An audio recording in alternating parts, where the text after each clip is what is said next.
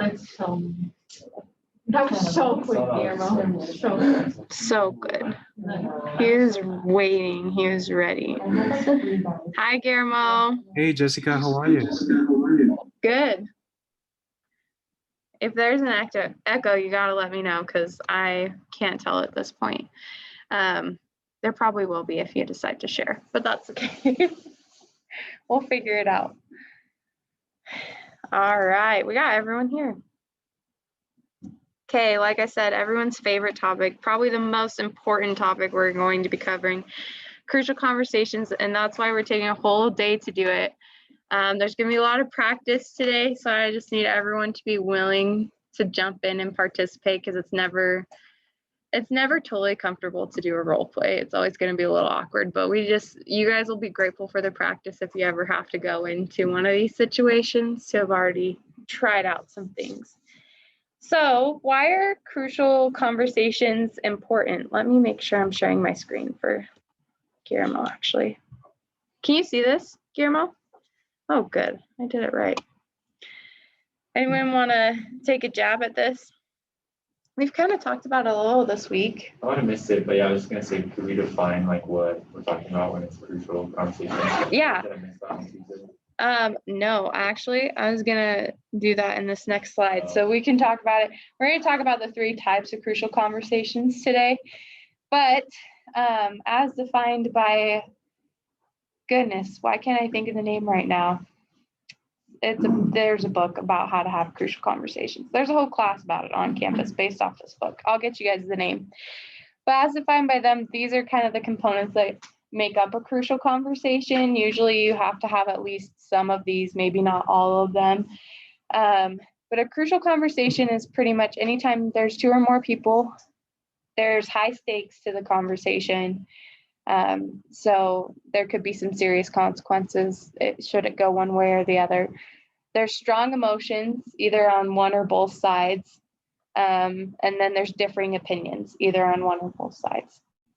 So that's kind of, I don't know if that helps round that out, but you guys will have a lot of conversations in your time here. Some of them may be one-on-one, some of them may be just social conversations. But there will oftentimes be crucial conversations that you're a part of, and there's some crucial conversations you might not think of as crucial conversations, but when you start to see these elements in those conversations, that's when you know it's headed in that crucial direction. Did that help answer your question? Yes. Okay. No, it's good feedback. Maybe I should start with that slide right off the bat. So let's just go back to these questions. Why are crucial conversations important? Or does anyone have an example of a crucial conversation they've had?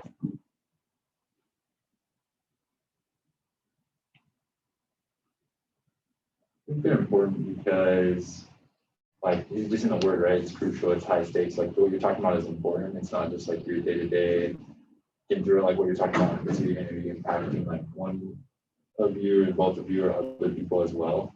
So making sure that it ends up being an experience that both people can like learn from or go forward from. Not always positive per se, but it's something that you can move forward from it. I think is critical. Yeah, I appreciate that. And I think that's one of the myths that I want to just address right now is I think a lot of us have this, especially with the high stakes part. I think a lot of us view crucial conversations as something that oftentimes goes negatively or has a bad outcome. And we've talked about this earlier in the week. Guillermo actually shared an example, but I think many times if you're handling it the right way, crucial conversations can be left with in a positive light and hopefully having been a good experience. And that may not always be the case because it is 2 people. They do have differing opinions about the conversation, but you can leave it in a place where they still feel supported by you and changes are going to happen, right? That's kind of the intent with this conversation is there's some sort of result that we're trying to get out of it. I think it also gives both parties an opportunity to talk to one another in a safe place. That makes sense. Mm-hmm. So it's not surrounded with other people where other people can hear it. Right. Yeah, all of these conversations we talk about today, or most of them, they're going to be private conversations. They're going to be closed door conversations. Most of them are not going to be happening in front of other people. And generally, if they start in front of other people, it's good for you to go ahead and take it to a more private area, because that does happen on occasion. Does anyone have an example? Has anyone ever been in a crucial conversation before? I feel like this is an example, but it's like not very like large scale. There was one time that I was doing a training, and one of the people that I was training, she would like just sit on her phone for like the whole thing. I was like, oh no, I have to talk to her. Like it's one of those standards that you like is implied, and I didn't think that, especially like in college, I didn't think they would have to talk to someone about that, especially during like a job training, like you're getting like you just got hired, you want to do a good impression anyway.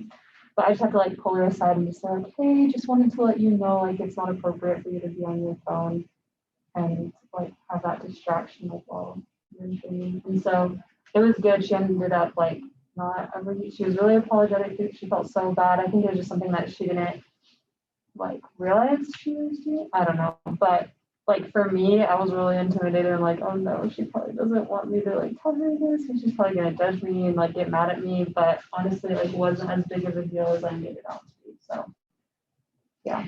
Yeah, I definitely think that's the thing with crucial conversations is you have to get over that initial fear of how the other person's going to react, right? And I forgot to add this slide in here, but there's multiple reactions that you should just expect going into a crucial conversation, and it's going to depend on the person, how they react initially. So you should just plan on that from the get-go. This is something we actually talked about in my human resource class not too long ago, is a lot of people will react differently. So some can react in anger, some in denial, some people can be really guilty or sorrowful. Some can just move right to silence. That's not necessarily an area you want to go, but you should expect that it could go any of those directions. Anyone else think of an emotion or something someone would feel? Oh yeah, no, you can share. Before you finish the question, I apologize. So I think one of the types of crucial conversations that my employees have a lot of are accountability type ones. So you'll get an agent who isn't doing what they're supposed to be doing, or you need to hold them accountable. But I think one thing that I have really loved about those is that you guys, your age group, and anytime I meet with them, at the end, they're always like, what can I do better? What is it that you feel like I could do better to improve upon? And I'm a little bit older, obviously, but in my mindset, that was never anything I would ask my boss. But just that mindset of, yeah, I didn't do this right, I need to do better, is a huge benefit as an employee. And then on team lead side of things, to be able to give honest feedback and hold them accountable for the work that they need to do. And sometimes that can be difficult because there may be some agents that are put up that wall and don't want to be put in that kind of situation, because it is difficult, to have those conversations. But those are common, I think, BSC is accountability type conversations. Yeah, I definitely agree. And we're going to talk about the 3 conversations that we see here at the BSC the most often. But just kind of relating this back to Tuesday when we talked about relationships, and something Ryan kind of brought up is something to consider when you're going into these conversations, and they are a little bit scary to approach, is the fact that you as a supervisor should care enough to correct an employee when they're heading down a path that they shouldn't be going down, right? I think sometimes we don't always think of it as a caring action, but if we didn't care, we wouldn't correct them, and we would just let them continue to make mistakes and have bad behaviors, right? So it's important to keep that in mind, that it should be coming from that place of, I care enough to try to help you be better. And if it is coming from that place, oftentimes they're going to pick up on that intention. Okay, we already covered this slide, so I'm going to move ahead. But these are generally, from my experience, the 3 types of crucial conversations you're going to see here at the BSC. So I'm just going to really quickly define these for you. Disciplinary conversations, so that's any sort of correction for an incorrect behavior that's happening on your team or with an employee. And then you're going to have feedback conversations. I don't know if we always think of these as being crucial, but a lot of the time they can become crucial when people have differing opinions or there's high stakes involved, things like that. So just keep in mind that feedback is definitely and can be considered a crucial conversation, whether you're giving that to the employee or the employee is giving that to you about things that they've noticed. And then this third one is a personal crucial conversation. We're going to talk about this one. It's maybe not the kind of conversation you initially think of when you think of crucial conversations here, but there are many times at the BSC when supervisors are put in a situation to be able to help an employee with something that's crucial in their personal lives. And we also need to know how and what to do to handle those kinds of crucial conversations. We're going to start with disciplinary. This is just an example of a disciplinary process. Every area is going to be different. So I want you guys to keep that in mind. This is something we do on the contact side. I'm waiting to hear back on the official processes in the other side of the office. So for you, Sarah and Logan, you guys will definitely want to go to your coordinators and kind of ask them what the policies are in your groups. But like I said, this is just an example of what that process would look like. So most areas are going to have multiple steps to the disciplinary process. You're not going to just fire somebody right off the bat. That's part of our mentoring goals that we learned about yesterday, is we want to work through some of the things that they're struggling with them from the beginning. So first, we generally have a verbal warning. That's going to come from a direct supervisor. And then if they still don't correct the behavior, we move to a violation in our teams. And that also should come from the direct supervisor. If we're still seeing problems with behavior, there usually is a second violation. Not always in our groups do we see a second violation, depending on the gravity of the situation. That'll come from a direct supervisor. So you guys can already see you'll probably be involved in a good portion of the disciplinary process before somebody else needs to step in, right? This final warning conversation, this is generally when things are pretty spelled out, what the employee needs to do to keep their employment. It gets really specific. And if they break any of those conditions within the time that they're on final warning, then we move to termination. But this is generally given by a staff or administrative employee in case, it becomes a more high stakes conversation. And oftentimes the direct supervisor will be included still, since you've been part of that process up to this point. And then we move to termination, which has to happen from a staff or administrative employee here at the university. So you guys shouldn't ever have to worry about being in one of those situations, but you could be invited to a termination if you had been part of the process up to that point. Any questions about the process? Like I said, you guys will probably have different, depending on your own area, what they're interested in.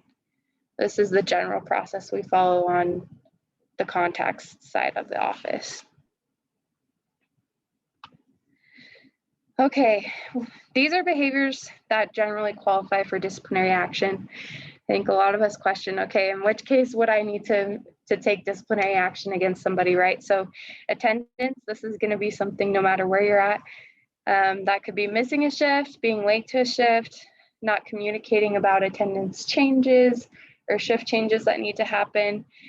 Basically anything that has to do with just reoccurring attendance issues. Number 2, performance. So they could have low statistics, or they could not be meeting project deadlines or expectations that you've set for them. Anything to do with what their job expectations are. Number 3, insubordination. This is generally defined as being rude or undermining your supervisor in any way. We're going to do some practices with that so you guys can get an idea of what that looks like. But yeah, insubordination is definitely one of them. Dress code. We tend to be a lot more lenient with when we start giving violations for this one, but if people still won't adhere to the dress code, we do give violations for them. Making sure we have good language in the office, that's another one. And then inappropriate behavior towards a coworker. So this could be anything that makes them uncomfortable. It could be anything crude or derogatory towards them, sexual harassment or diversity and inclusion related things, anything that violates somebody else's safety, essentially, you would also want to take disciplinary action for. So, gotta get Guillermo in a good place here. How do you know it is time to take disciplinary action? Does anyone have any thoughts on that?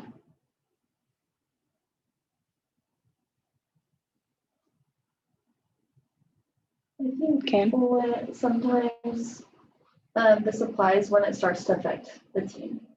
So if it's like attendance, for example, if someone's being late all the time, it puts a little bit more pressure on the team because there's one less person taking phone calls. So I think when it starts to affect the team in a way, in a negative way, I think that is, I wouldn't say all the time, but one of the ways that you might need to take that disciplinary action. Yeah, you really nailed that. And that's actually going to be on my next slide. So you just hit it right on the head. But definitely as a supervisor, we have to be responsible for what somebody's actions is causing our team members to experience, right? And if it's causing negative effects for them, then we have to be responsible to take care of that. So, Ryan? I think it's important to address it immediately. A lot of times, if you let something slide once or twice, then you're,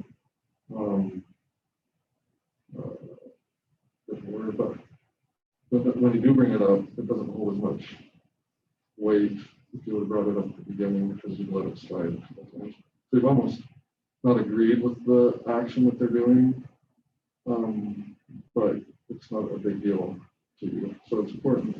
It is a big deal to you to address it immediately. Right. Yeah, I appreciate that.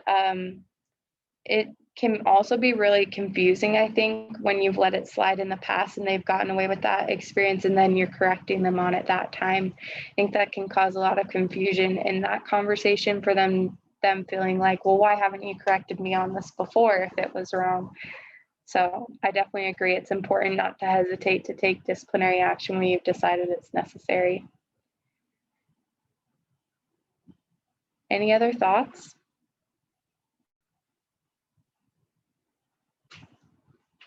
Okay, I'm just going to give you some general rules and things to think about with pertaining to when is it time to take disciplinary action. I think that there can be a lot of confusion surrounding this question when you're thinking about maybe I need to do something about this behavior that the employee is exhibiting. And I would just also say as a good general rule, if you're hesitant and you think you might need to take disciplinary action against somebody, go and talk to your supervisor and just talk the situation through with somebody else. Sometimes that's really helpful to get a second opinion on what's happening if you're just not sure. But these are some good general guidelines. So first, consider how it's affecting the employee if you continue to let them get away with the behavior. So is the behavior giving them false job expectations for their current or future jobs? Like I said, this is oftentimes a stepping stone for people into bigger careers. And it's important for us to consider, if I allow them to keep coming late, what is that going to do when they have a salaried job with benefits and they keep showing up late and they lose that job? We don't want to give them false expectations of what a professional workplace is and looks like. We want to teach them that here and now when the stakes are lower than when they move on to other jobs and other positions. Number two, is the employee not performing well in their daily duties? It's important that we know they've been trained enough in their job skills, and if we know that and they're still not meeting their job expectations, we have to ensure that they're fulfilling the requirements of their job and that they're performing well in what they're expected to do. So that's the first area you should consider is what's the effect on the employee? Second, what's the effect on your team? Kim already talked about this. I appreciate that she identified that. But like I said, it's our responsibility as the supervisor to protect the team's needs. And so we have to consider what somebody's behavior is doing to affect our team. Is the employee causing your team more work because of their behavior? And Kim already shared an example of that situation in which them showing up late could cause them to need to take more phone calls or have to help with a project that's due that day. Number two, the employee is creating an unsafe or an unfair environment for their team members.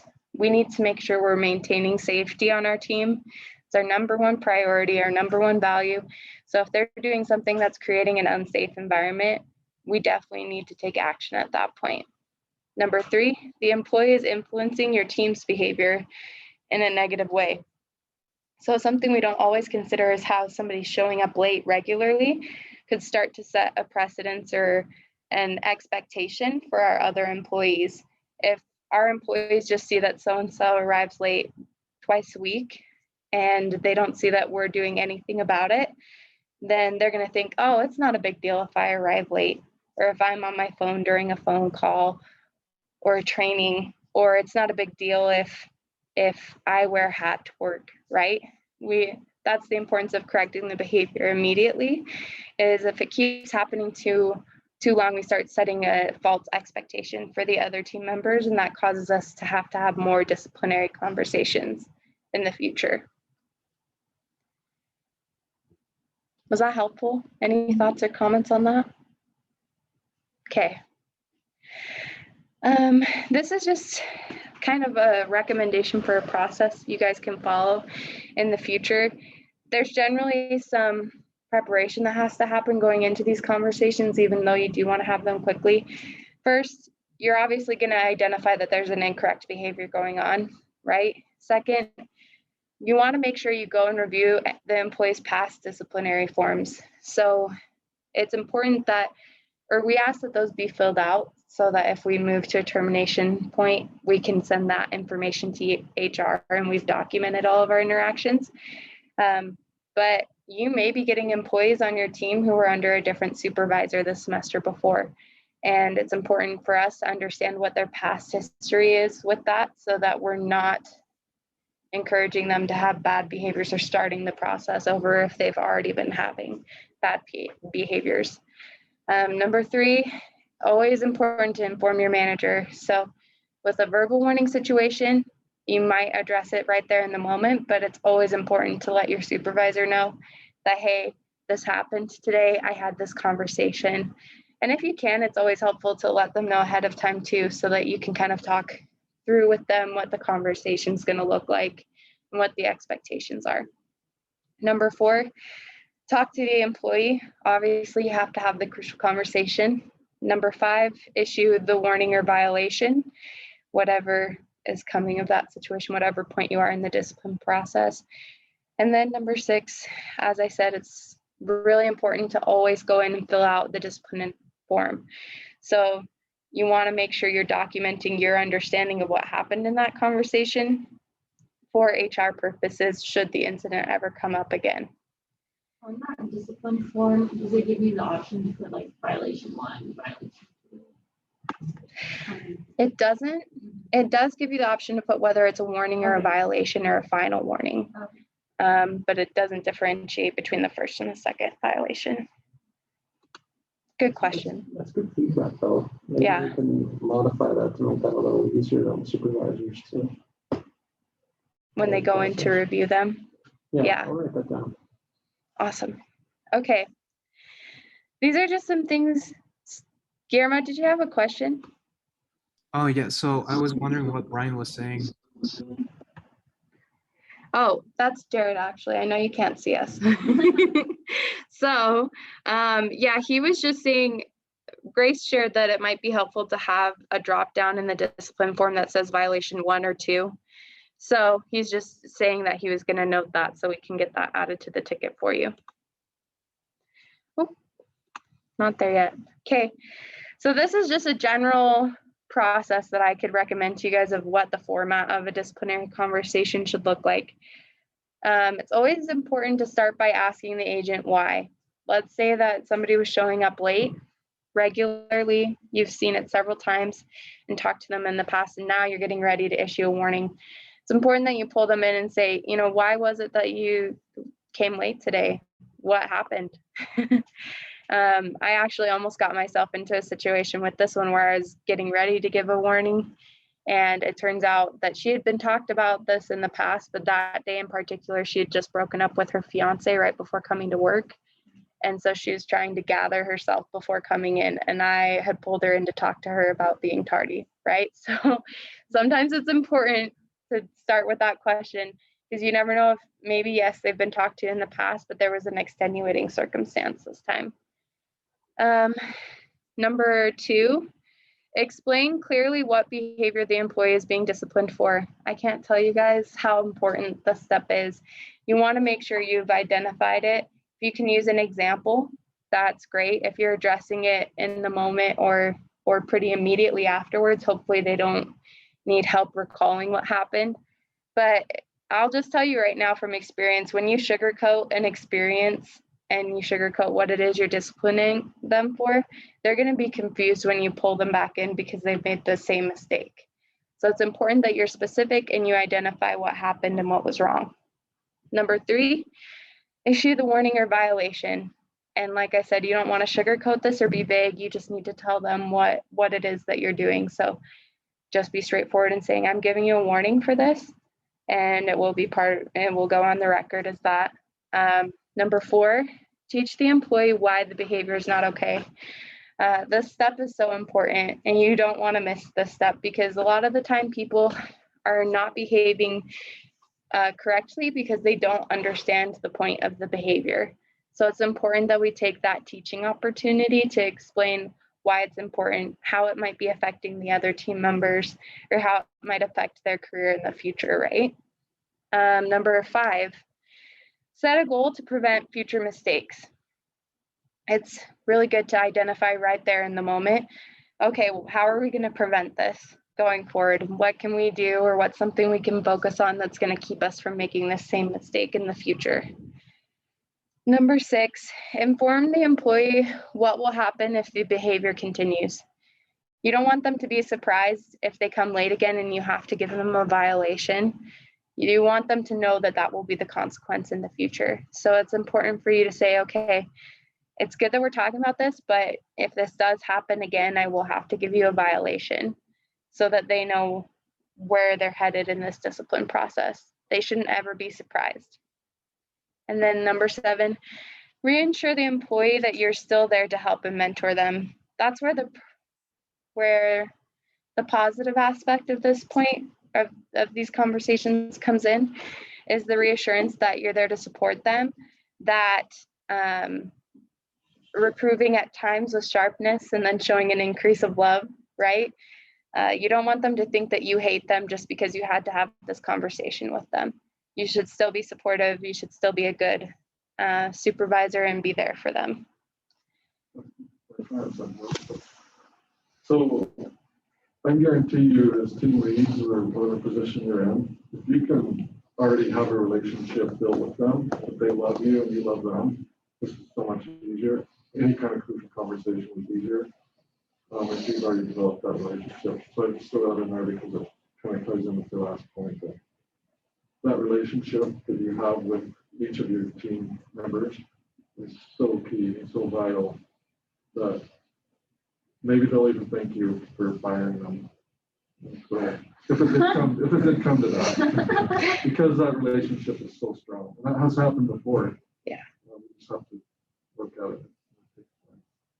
Yeah, I was having a termination conversation with somebody recently, and they asked me, okay, well, if I go work on these things, will you hire me again?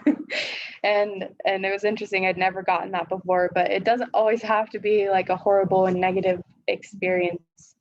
You definitely can get to the point in which you get that good groove of how to have a positive experience with somebody, even though it's crucial, right? So, okay, we're gonna practice. I need 2 volunteers. Well, actually, I think I want to split us. Yeah, let's go ahead and do partners. What I want you guys to think about as we go into this role-playing situation. Oh, Guillermo might not have it. We'll put Guillermo and whoever. wants to go with Guillermo can go with Guillermo. We can do 3 pairs. Okay. We got this, guys. Okay, so I need 3 people to be employees. Oh, dang, everyone wanted to do it. I know, supervisor is a hard one. I promise there'll be an opportunity to be a supervisor later on. Okay, Grace, Logan, and Sari. I pointed backwards, but I was like, hey. So Guillermo, sorry, that means you're supervisor, Sebastian, and Kim. This will be good.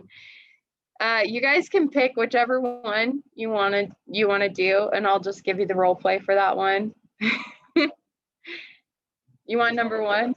Okay. Logan's having attendance issues. We'll put him with Guillermo.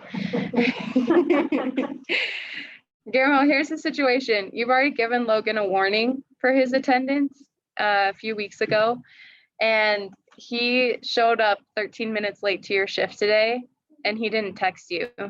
So we're having a second conversation now.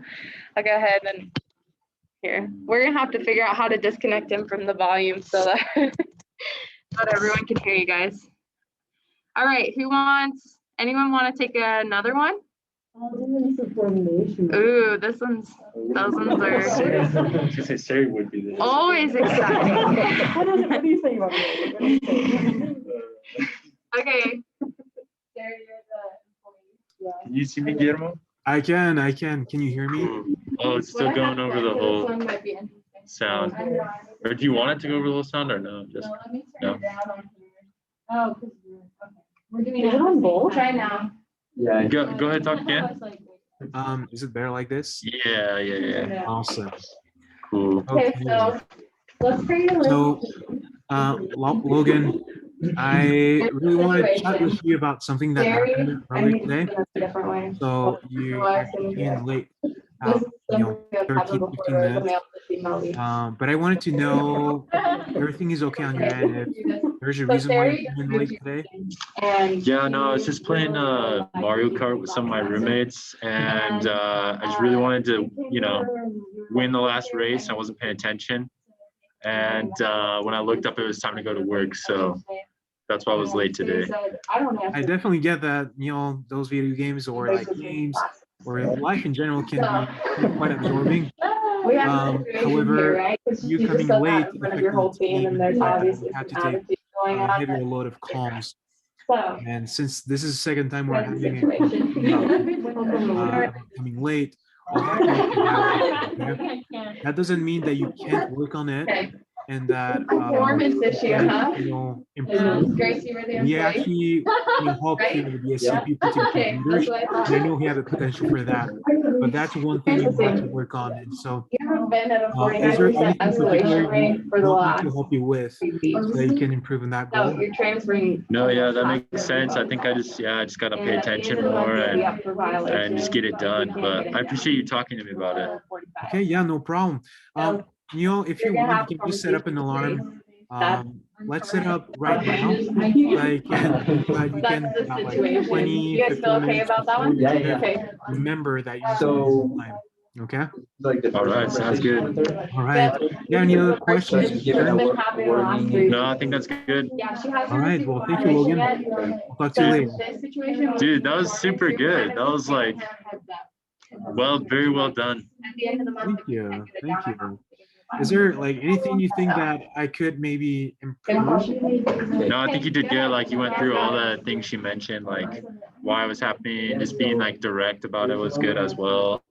And just like offering to help and all of it was super good. So Awesome. I think it was super good. I was like, oh wow, I feel like I'm ready to repent. I'm ready.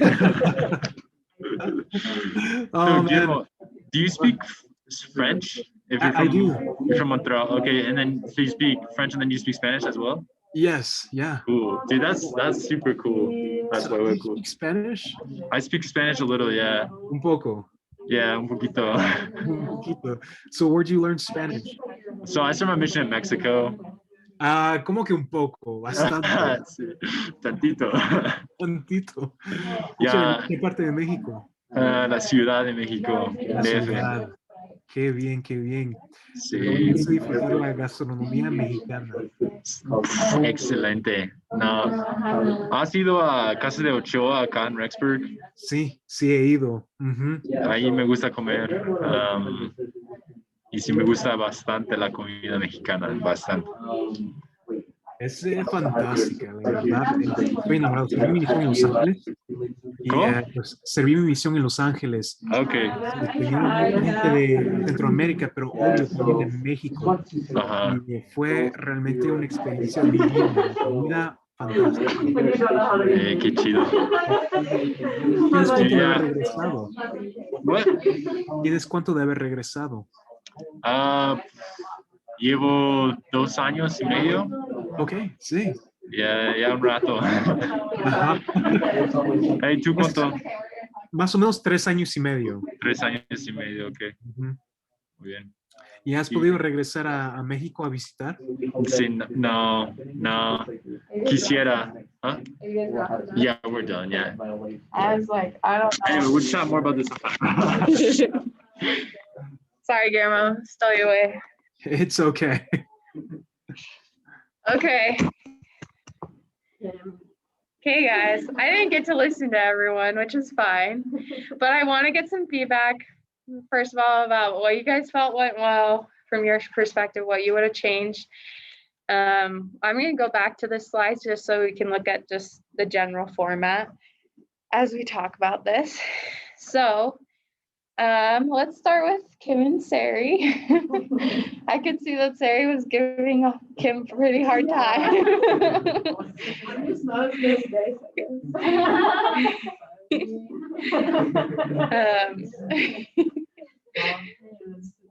It's okay.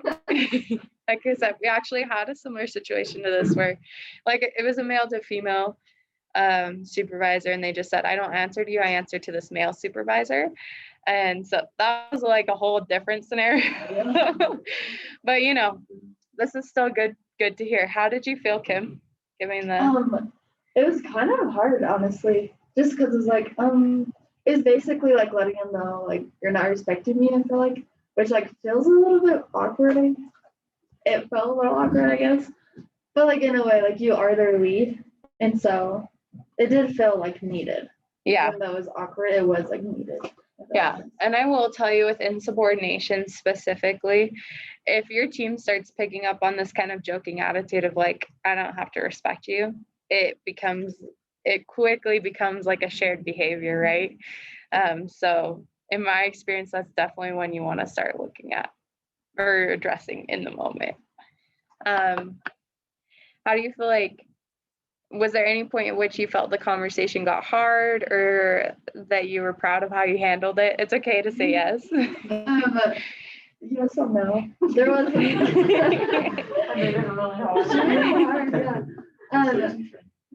basically, I feel like when she brought up like, oh well, you're not as good as her, you know. It was like, okay, what can I do? So it's more just like, okay, I like moved forward with, oh, is there certain things that you like that she does? And she mentioned like, oh, well, in huddles, she does this. I'm like, okay, well, I do run huddles differently, but I can implement part of that. So that way, I feel like if I was like working with her a little bit more, instead of just being like, hey, respect me, like, I don't know. Yeah, so no, this is good. This is all good. So you guys, just so you know, your first few crucial conversations will not be as good as ones you have down the line if you continue down the supervisor route. I feel like I've not gotten into a good groove with crucial conversations until just recently, and I've been in a supervisor position for 5 years. So it takes time. It takes a lot of practice. It takes a lot of different situations. Yeah. Well, I do think what Ryan said earlier was like actually important. Like it's not like a shtick. Like it's not like, oh, I followed like the instructions of how to do a crucial conversation. So Yeah. perfectly. Like it is really, I think, as best you can have a relationship with that person, then they'll like understand. And you mentioned that as well. They'll be able to feel the difference of like, oh, this person actually just like wants what's best for me. They're doing their job rather than like literally follow the instructions of how how we're talking about this. So good now. Right. Yeah, and that's where that relationship gets important. And that might put Kim in a tough situation because you've only been with this agent for how long, right? Because they just moved from another team. But we see that sometimes too, where you might not have had the time to develop a relationship yet, but you still have to develop a relationship beyond this conversation that you're having. So what feedback would you give Sari? I honestly thought she did really well. I just like, I know it was hard, but like you kept your cool, which I really appreciated. And I really liked how you were willing to set a goal with me. Like you were willing to take my feedback. I think one thing that would have been beneficial is like saying like, okay, I'm going to set this goal and you should specifically set like this goal. I don't know, because you're like, okay, since I'm doing this, like you can respect me a little bit more, like you can be more respectful in huddles. But I think maybe like saying like, okay, this is my goal, and like deliberately saying like, let's set this goal for you. So it's like we're both setting goals and we're both doing it. But honestly, like you did great. So Yeah, no, good feedback. Okay, Grace and Sebastian. Let's talk about it. How did it go, Sebastian? How did you feel about it? I think it went well, yeah. I mean, I tried to, like, first of all, like, address the issue, like, just explain why she was here, like, we were having a conversation. I tried to just let her know, like, the issue and then try to set goals. And I just realized that maybe something I could have done better was just, like, asking her, like, to set a goal instead of having me, like, doing it first. Yeah. It was good practice. Yeah. No, I appreciate that. And I appreciate the looking back on it, what you realize you could change. I'll tell you, I do that after every crucial conversation. I see something I could have done better or differently. And so I think that's good practice. I'll tell you, for your guys's, yours was performance. I think those are the hardest conversations to have. Typically, if somebody's struggling in performance, it's because they don't understand some aspect of their job. And so generally there's a lot of training that goes into that. They might feel like they're not fully in control of being able to fix the situation if they don't understand how to improve their statistics or how to better manage their projects, things like that. And so those can definitely be harder conversations. And I think something to consider going into them is whether or not the employee's been well equipped enough to do well, or if it's just they don't care and they're not wanting to improve. Because you can definitely tell the difference when you're having those conversations, if it's just, I don't care about performing well, or if it's, I really don't understand how to do that. So, okay, attendance, Guillermo and Logan. Yeah, I thought Guillermo did like a really, really good job. I know like there's technically always something you can do better, but I thought you like did everything perfect, like went through everything really well. And something that I was thinking about as we did it was that, so the first thing is like asking why. And for me, I was like, okay, you ask why, you get your answer, and then you just move on. But I like gave him a really stupid reason for being late, but he didn't like, he wasn't like, oh, he was like, he went with it. He's like, he like acknowledged it, just kind of like talked about it for a second, and then brought in like, but you know, like regardless of the reason, this is what we're trying to accomplish as a team. This is why this is detrimental to the team. And then like was just very willing to like, I'm willing to help you with this in whatever way. So I thought you did like a very, very good job. Yeah, I appreciate that. Sometimes when you do ask why, you do get some of those excuses that you're like, that's just not a valid excuse. Like, I don't know why when you had 15 minutes between class, you went home to try to make lunch before coming to work. But sometimes you do get those excuses. And it's important not to make somebody feel stupid in that moment, right? And I think that's good that Guillermo didn't do that. Because to them, it probably was a priority at the time that they go home and make lunch. If that was the excuse, I don't know what your excuse was. But Mario Kart. I've gotten that one before too. So they had to, you know, yeah, no, I've gotten I had to finish the level, or it just took me some time to save. And okay. You don't want to make somebody feel stupid because likely they really valued it in the moment, right? So you definitely don't want to degrade them if you don't feel like the excuse is valid, but you need to explain why their actions are affecting what is causing the consequences of it. So Guillermo, any feedback? I think that oh wow, there's a lot. I'm so sorry. But I think that as Sebastian was saying, just having them come up with a goal would be amazing. Um, because often I think it was Albert Bettner, he was talking about how, or the way he teaches, he pretty much asks you a question and he expects you to make an effort to really come up with an answer. And so when you come up with your own answer or your own plan, you're gonna be a little more willing to stick to it and to like follow through. So I think that in that case, that would have been like great for me, instead of telling him, hey, like set up an alarm 15-20 minutes before your shift so that you can get ready, like come here. He asked him in order to like, and come.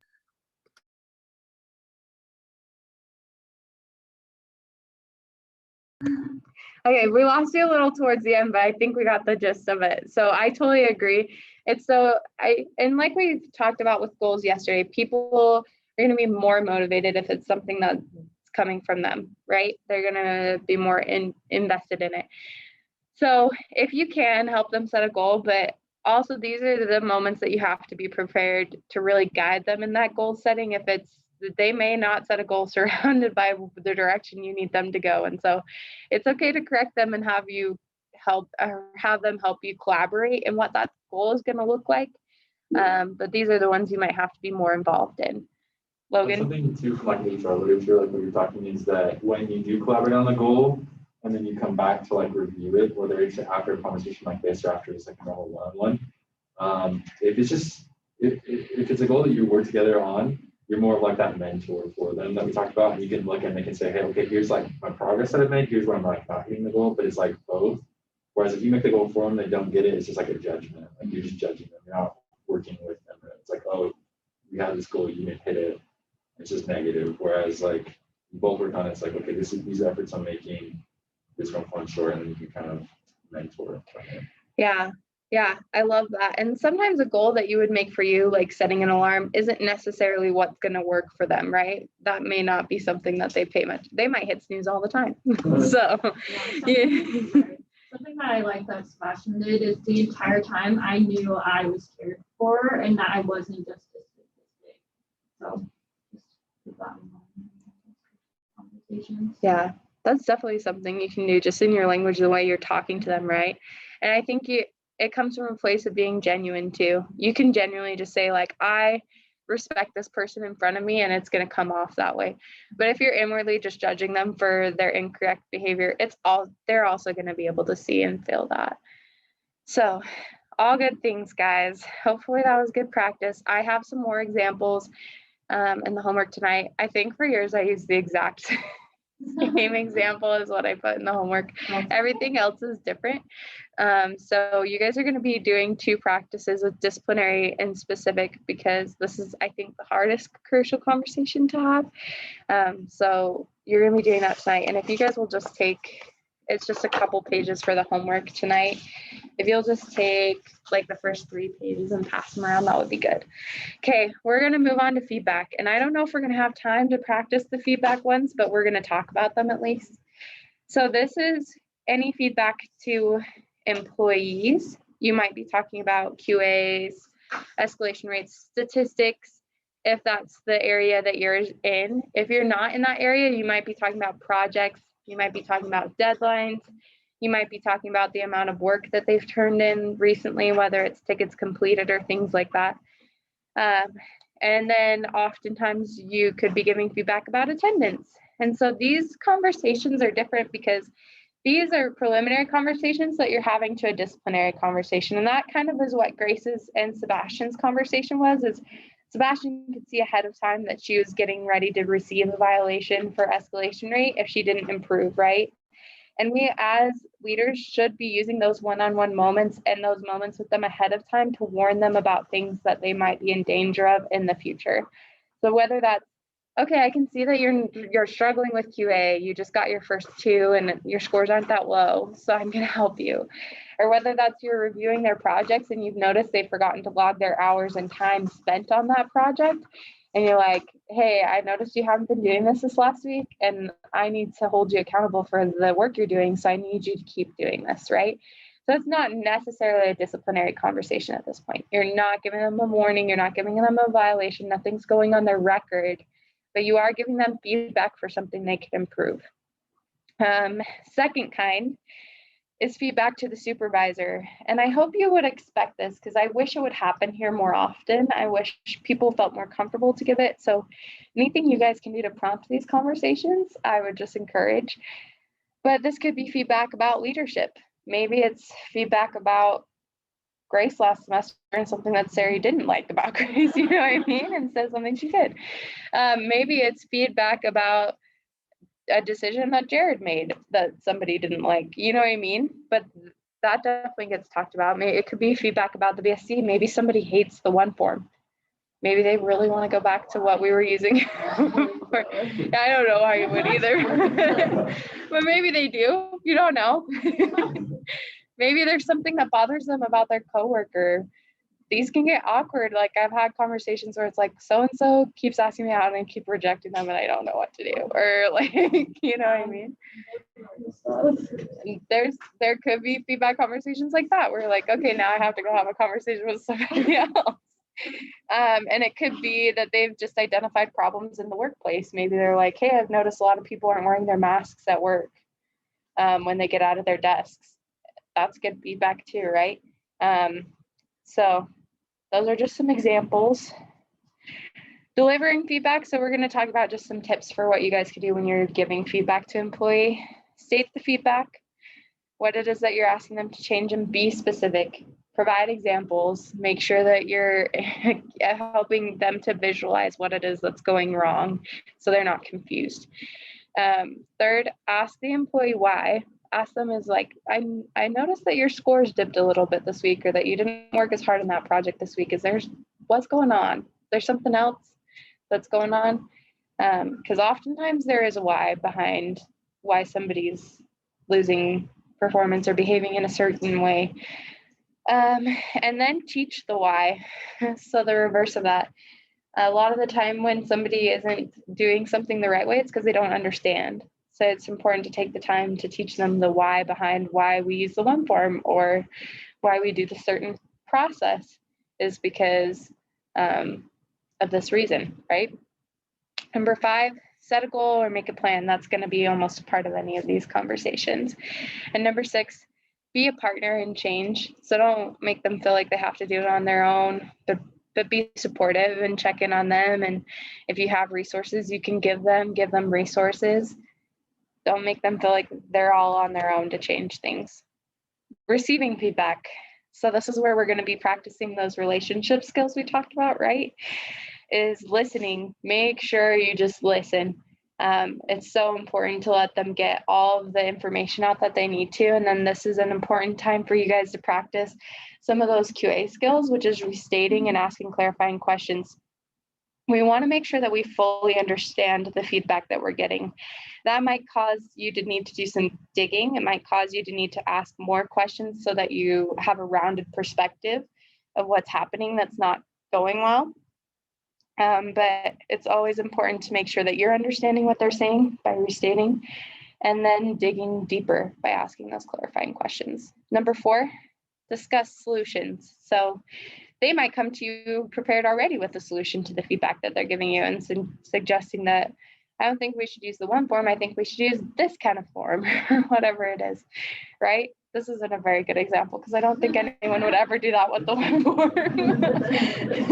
It's too simple. But yeah, it's good for you to kind of brainstorm some solutions. And this is a little bit of asking clarifying questions. So if they brought you feedback about so-and-so that was kept asking them on a date, you could be like, okay, well, I'm happy to have a conversation with them about that. And then they might be like, no, I do not want you to talk to them about that. Like, can you find some other way to address this? You know what I mean? They might be uncomfortable with that. So talk about some possible solutions.